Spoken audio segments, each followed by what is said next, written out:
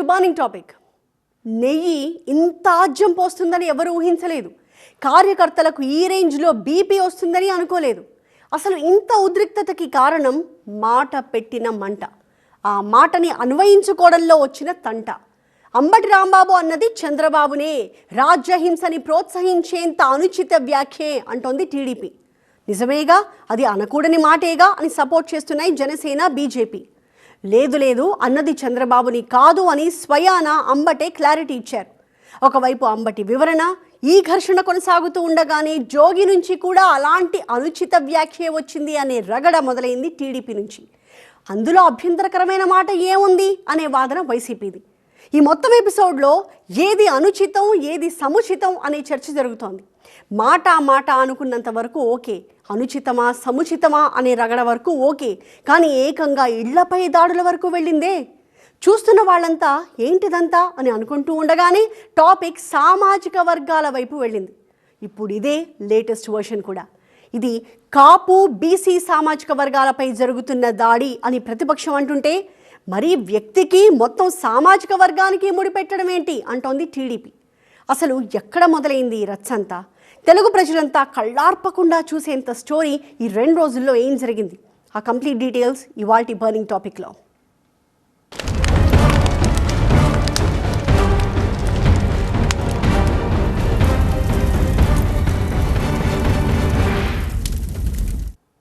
ఒకే సినిమాని మళ్ళీ చూస్తున్నట్టుంది ఏపీలో పరిస్థితి. ఏపీలో బూతుల దాడులు, భౌతిక దాడులు, ఇళ్లపై దాడులు, పార్టీ ఆఫీసులపై దాడులు, ఇకపై వెరీ కామన్ ఏమో ఇవన్నీ అని జనం అనుకునేంతగా తయారవుతోంది పరిస్థితి. దిష్టి బొమ్మలు మాత్రమే తగలబెట్టే సంస్కృతి కాస్త ఇళ్ళు, పార్టీ ఆఫీసుల్ని తగలబెట్టుకునేదాకా వెళ్ళింది. కొన్ని వ్యాఖ్యలు, దాని కారణంగా చెలరేగిన మంటలు ఇప్పటికీ కంటిన్యూ అవుతున్నాయి. చంద్రబాబు కొడుక్కి రెడ్ బుక్కి నా తోటలో ఉన్న 2 కుక్కలు అవి కూడా భయపడవు. లోకేష్ ఒళ్ళు తగ్గిందంటే కొవ్వు తగ్గింది, మెదడు బుర్ర పని చేయట్లేదు రా బాబు అని చెప్పి. మీకు నిజమైన సినిమా ఏంటో త్వరలో చూస్తారు. మీకు 24 గంటల్లో మీకు ఎలా ఉంటుందో తెలుస్తుంది. అంబటి నువ్వు మనిషివా, పశువా, రాక్షసుడివా? ఉందా? మనిషి అయితే నువ్వు మాట్లాడతావా రాంబాబు? తిరుమల నెయ్యి వివాదంపై ఒక రిపోర్ట్ ఇచ్చింది సిబిఐ సిట్. నెయ్యిలో జంతువుల కొవ్వే లేదని సిబిఐ తేల్చింది చూసారా అంటూ పాప ప్రక్షాళన కార్యక్రమానికి దిగింది వైసీపీ.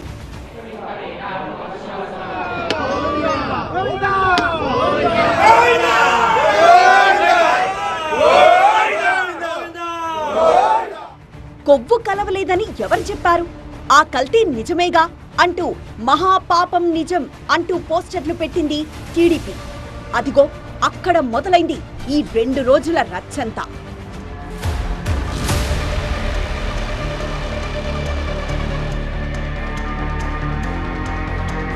గుంటూరు గోరంట్లలోని శ్రీ వెంకటేశ్వర స్వామి ఆలయానికి సమీపాన మహాపాపం పేరుతో ఫ్లెక్సీ పెట్టారు. తమ వాదనే నిజం, ఆ ఫ్లెక్సీ అబద్ధం అంటున్న అంబటి రాంబాబు దాన్ని తొలగించకపోతే తామే తొలగిస్తామని వార్నింగ్ ఇచ్చారు. ఇది జరిగింది జనవరి 30 శనివారం. మేము వచ్చేయచ్చు, ఇది చించేది కూడా వచ్చు, కానీ అది మంచి పద్ధతి కాదని, ఇలాంటి దుష్ప్రచారం చేయటాన్ని ఖండిస్తున్నాం. తక్షణమే వితిన్ 24 అవర్స్లో ఈ దుష్ప్రచారపు చేస్తున్నటువంటి ఫ్లెక్సీని తొలగించకపోతే, పోలీస్ వారు యాక్షన్ తీసుకోకపోతే నేనే వచ్చి చించేస్తా. 24 గంటల్లో తామే వచ్చి తీసేస్తామన్నారుగా అంబటి రాంబాబు. ఆ మరుసటి రోజే అంటే జనవరి 31 ఆదివారం ఉదయం అంబటి రాంబాబు గోరంట్ల వెంకటేశ్వర స్వామి ఆలయానికి వెళ్లి పూజలు చేశారు. విషయం తెలుసుకున్న టీడీపీ శ్రేణులు అప్పటికే భారీగా చేరుకున్నారు. టీడీపీ వైసీపీ శ్రేణుల మధ్య ఘర్షణ జరిగే అవకాశం ఉందంటూ పోలీసులు అలర్ట్ అయ్యారు. అంతలోనే టీడీపీ వైసీపీ శ్రేణుల మధ్య వాగ్వాదం పెరిగింది. సరిగ్గా ఈ సమయంలోనే అంబటి రాంబాబు అనుచిత వ్యాఖ్యలు చేశారు.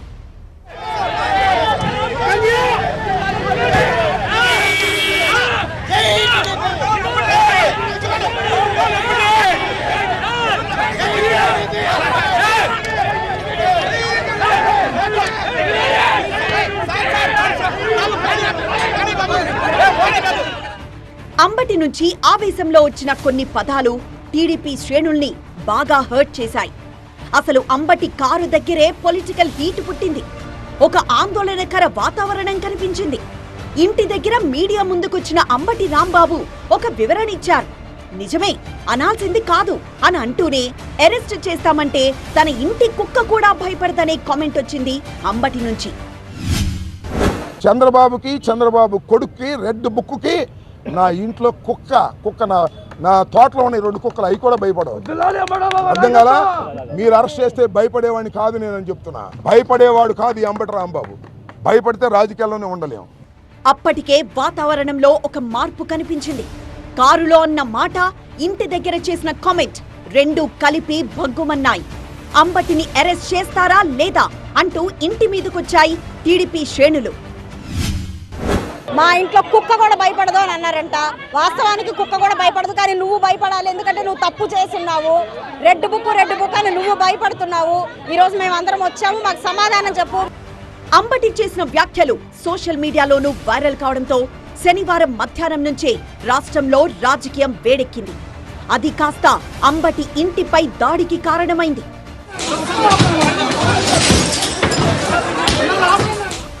ఓవైపు దాడులు, అంబటి కామెంట్స్ ను నిరసిస్తూ మంత్రులు, ఎంపీలు, ఎమ్మెల్యేలు, నాయకుల నుంచి కౌంటర్స్ ఒకే టైంలో జరిగాయి. ఇదంతా టోటల్ సిచ్యువేషన్ నే మార్చేసింది. మీకు నిజమైన సినిమా ఏంటో త్వరలో చూస్తారు. మీకు 24 గంటల్లో మీకు ఎలా ఉంటుందో తెలుస్తుంది. ఆ ట్రీట్మెంట్ ప్రతి ఒక్క ఎవరైతే ఈ విధంగా బరితెగించి మాట్లాడేవాళ్ళో వాళ్ళందరికీ కూడా ఒక గుణపాఠంగా ఉండబోతుందని కూడా మీ అందరికి నేను తెలియజేస్తా ఉన్నా. అంబటి రాంబాబు ఈ రోజు చంద్రబాబు నాయుడు గారి గురించి మాట్లాడిన భాష నీ భార్యకి కానీ మీ తల్లి గారికి కానీ ఒక్కసారి నువ్వు మాట్లాడిన భాష ఏదైతే ఉందో ఒక్కసారి చూపించి నేను మాట్లాడింది కరెక్టేనా అని మీ తల్లిని అడగండి, లేకపోతే మీ భార్యని అడగండి. వైసీపీ అధిష్టానం కూడా యాక్షన్ లోకి దిగింది. వైఎస్ జగన్ అంబటికి ఫోన్ చేసి పరామర్శించారు. కూటమి ప్రభుత్వ దుర్మార్గాలను, అన్యాయాలను ప్రశ్నించినందుకే అంబటి రాంబాబుపై దాడికి పాల్పడుతున్నారంటూ వైసీపీ అధినేత జగన్ పోస్టు పెట్టారు. అంబటి తన వ్యాఖ్యలు తప్పే అని ఒప్పుకున్నారు. అయినా సరే టీడీపీ శ్రేణులు దాడి చేయడాన్ని వైసీపీ తప్పుపట్టింది. గతంలో పట్టాభి నుంచి అనిత వరకు కొందరు టీడీపీ నేతలు చేసిన అనుచిత వ్యాఖ్యలను ప్రస్తావించి మరి టీడీపీ నాయకులు ఏవైనా శుద్ధపూసలా వాళ్లు మాట్లాడిన బూతులకు ఏం సంజాయిషి ఇస్తారు అంటూ కౌంటర్ ఇచ్చింది వైసీపీ. ఆయన ఏదో నోరు జారారు అన్నారు, చెప్పారు. ఆయన నా వయసుకి మాట్లాడడం సరికాదు, నేను అనలేదు. అది కూడా నన్ను వచ్చి ఎవరైనా తిడితే దానికి బదులుగా చూసుకుందామని చెప్పి అన్నాను తప్ప నేను ఏ వ్యక్తిని అనలేదని చెప్పాడు. అయినా దాన్ని విత్డ్రా చేసుకుంటానని చెప్పాడు. ఏం చంద్రబాబు ఏం చేద్దాం అనుకుంటారు మీరు? రాష్ట్రాన్ని రావణకాశ చేద్దామనే మీ ఉద్దేశం? సమాజంలో వర్గాలకు తగులు పెట్టి దాని నుంచి లబ్ధి పొందామనే, రాజకీయ లబ్ధి పొందామనే మీ తాలూకా దుర్బుద్ధి. ప్రశ్నించినందుకు ఆ రోజున విజయవాడ నడిబొడ్డులో వంగవీటి మోహన్ రంగా గారిని చంపించింది చంద్రబాబు నాయుడు గారి కథ. ఈరోజు అదే పరిస్థితి అంబటి రాంబాబు గారి మీదకి వచ్చింది. ఏమిటి రాంబాబు గారు ప్రశ్నించింది? మీరు ఎలా ప్రతిపక్ష నాయకుడు జగన్మోహన్ రెడ్డి గారి ఫ్లెక్సీలు తెలుగుదేశం నాయకులు వేస్తారు అని. ఇప్పటివరకు ఎప్పుడన్నా అటువంటి సాంప్రదాయం ఉందా? కేవలం ఆయన ఇంటి మీద దాడి కాదు, పోలీస్ స్టేషన్లో కావచ్చు, రేపు జైల్లో కూడా ఆయన మీద దాడి జరగచ్చు.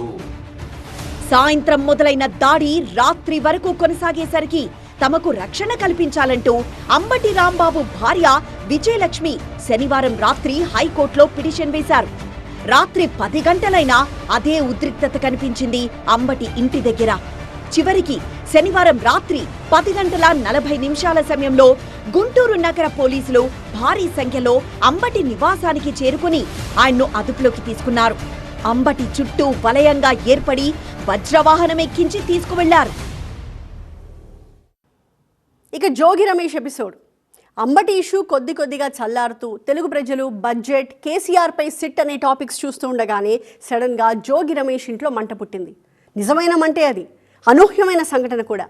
జైలు నుంచి విడుదలై ఇంటికి వచ్చిన చెవిరెడ్డి భాస్కర్ రెడ్డిని ఆదివారం పరామర్శించారు జోగి రమేష్. ఆ సమయంలో మీడియాతో మాట్లాడారు. ఆ మాటల్లో కూడా సీఎం చంద్రబాబు, మంత్రి లోకేష్ పై అనుచిత వ్యాఖ్యలు ఉన్నాయి అంటూ మళ్లీ ఫైర్ అయ్యాయి టీడీపీ శ్రేణులు. ఆదివారం సాయంత్రం అయ్యేసరికి ఇంటిపై రాళ్లు, దాడులు, మంటలు. జోగి రమేష్ చేసిన కామెంట్స్ పై అప్పటి వరకు పెద్దగా ఫోకస్ లేదు. ఆయన కూడా ఏదో అన్నారట అని అనుకోవడమే తప్ప పెద్దగా బయటికి కనిపించిందేమీ లేదు. బట్ గ్రౌండ్ లెవెల్ సీన్ మరోలా ఉంది. మైలవరం, విజయవాడ వెస్ట్, జీ కొండూరు, ఇబ్రహీంపట్నం నుంచి టీడీపీ శ్రేణులు రింగ్ సెంటర్ కు వెళ్లాయి. అక్కడ నిరసన తెలిపాయి. అక్కడితో అయిపోతుందనుకున్నారు పోలీసులు కూడా. అలా జరగలేదు. నేరుగా జోగి ఇంటి వైపు పరుగులు పెట్టారు. వారిని అడ్డుకునేందుకు పోలీసులు ప్రయత్నించినా జోగి ఇంటిపైకి దూసుకువెళ్లారు. కర్రలు, రాళ్లతో జోగి ఇంటిపై దాడి చేశారు. ఫస్ట్ ఫ్లోర్ కారిడార్ లో మంటలు వ్యాపించి కారిడార్, ఫర్నిచర్ దగ్ధమైంది. దట్టమైన పొగ కమ్మింది. దీనంతటికీ కారణం చెవిరెడ్డిని పరామర్శించాక చేసిన కామెంట్సే. లోకేష్ కి కొవ్వు తగ్గింది అనుకున్నా, అంటే ఒళ్ళు తగ్గించుకున్నాడు కదా, కొవ్వు తగ్గించుకున్నాడు అనుకున్నా. వాడికి మెదడు మొత్తం చిప్పే దుబ్బింది. జోగి రమేష్ ఇంటిపై దాడి సమయంలో జోగి రమేష్ తండ్రి, జోగి సతీమణి, ఆయన కుమారుడు ఇంట్లోనే ఉన్నారు. తమను కాపాడాలని మాట్లాడారు. ఆయన అన్నదాన్ని తప్పలేదు. ఏంటి ఇలా అరాచక పరిపాలన చేస్తూ, రాక్షస పరిపాలన చేస్తూ ఇంటిని ఎలాగ ధ్వంసం చేయాలని చూసి ఆ పెట్రోల్ బాంబులు తీసుకొచ్చి ఇంటి మీద దాడి చేస్తారా అండి? చంద్రబాబు వాళ్ళ తల్లి ఏం చేస్తున్నారు? నిద్రపోతున్నారా? ముచ్చటగా చూస్తున్నారా తన కొడుకు చేసేది? నా దేవుడు అని ఆయన ఒక ఆయన ఉన్నాడు, పైన చూస్తూ ఉన్నాడు. ఖచ్చితంగా వీళ్ళని వదలడు. జోగి సతీమణి రియాక్షన్ అప్పటికే జరుగుతున్న దాడి గురించి తెలియగానే వైసీపీ శ్రేణులు చేరుకున్నాయి. ఇరు పార్టీల వారు పోటాపోటీగా వ్యతిరేక నినాదాలు చేసుకున్నారు. వైసీపీ నేతలు, కార్యకర్తలు జోగి రమేష్ ఇంటిని పరిశీలించి కుటుంబ సభ్యులకు ధైర్యం చెప్పారు. ఇవాళ లోకేష్ అలాగే చంద్రబాబు నాయుడు గారు వీరిద్దరి యొక్క తప్పుడు పరిపాలనతో ఇవాళ వైఎస్ఆర్ కాంగ్రెస్ పార్టీ నుంచి ఎవరెవరైతే ప్రశ్నిస్తున్నారో, ఎవరెవరైతే గట్టిగా ఈ ప్రభుత్వాన్ని నిలదీస్తున్నటువంటి వారిని, ప్రశ్నించినటువంటి ప్రతి ఒక్కరిని కూడా ఈ రకమైన ఆటవిక దాడులు చేస్తూ, ఇల్లు ధ్వంసం చేస్తూ, దహనాలు చేస్తూ, పోలీసులను అడ్డంగా పెట్టుకుని, పోలీసుల సమక్షంలో పెట్టుకుని. అంబటి ఎపిసోడ్ లో ఏం జరిగిందో జోగి రమేష్ వ్యవహారంలోనూ అదే జరిగింది. టీడీపీ ఇచ్చిన కంప్లైంట్ తో ఇబ్రహీంపట్నం పోలీసులు జోగి రమేష్ పై కేసులు నమోదు చేశారు. జోగి రమేష్ వి కేవలం చిన్న కామెంట్స్ కావు, సమాజంలోని వర్గాల మధ్య విద్వేషాన్ని రగిల్చేలా ఉన్నాయన్నారు టీడీపీ నాయకులు. కుల, మత ప్రస్తావనలు తెచ్చి ప్రజలను రెచ్చగొట్టారంటూ ఆరోపించారు. జోగి రమేష్ ఎపిసోడ్ లో ట్విస్ట్ ఏంటంటే దేవినేని అవినాష్, మాజీ ఎమ్మెల్యే మొండితోక, మాజీ ఏఎన్సీ చైర్మన్ మస్తాన్ వంటి నేతలపై హెడ్ కానిస్టేబుల్ ఫిర్యాదు ఆధారంగా కేసులు నమోదయ్యాయి. వైసీపీ శ్రేణులు అదుపు తప్పడంతోనే జోగి రమేష్ ఇంటి దగ్గర ఉద్రిక్తత ఏర్పడిందని, పోలీసుల విధులకు ఆటంకం కలిగించారని హెడ్ కానిస్టేబుల్ కంప్లైంట్ ఇచ్చారు. భద్రత కల్పించడంలో పోలీసులు విఫలమైంది కాక ఈ కేసులేంటి అనేది వైసీపీ వాదన. మా అధ్యక్షుడు ఇప్పటికే మొదలుపెట్టిన డిజిటల్ డైరీలో ఎక్కిస్తున్నాం. వచ్చిన తర్వాత పోలీసు అధికారులతో సహా పైనుంచి కింది వరకు ఎవరెవరైతే కాంప్రమైజ్ అయ్యారో, అలాగే పొలిటికల్ లీడర్లు ఎవరైతే ఉన్నారో వాళ్ళందరిది బయటికి లాగుతాం. అయితే ప్రతిదీ చట్టబద్ధంగానే చేస్తాం. ఏపీలో 2 రోజులుగా జరుగుతున్న పరిణామాలపై రియాక్ట్ అయిన సీఎం చంద్రబాబు హింసను ప్రేరేపించే ఉద్దేశంతోనే వైసీపీ రెచ్చగొడుతోందని విమర్శించారు. ఆ ట్రాప్ లో పడొద్దని టీడీపీ నేతలకు సూచించారు సీఎం చంద్రబాబు.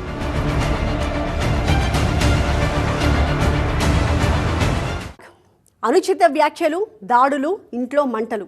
ఈ ఇష్యూ కాస్త కులాల ప్రస్తావన వైపు మళ్ళింది.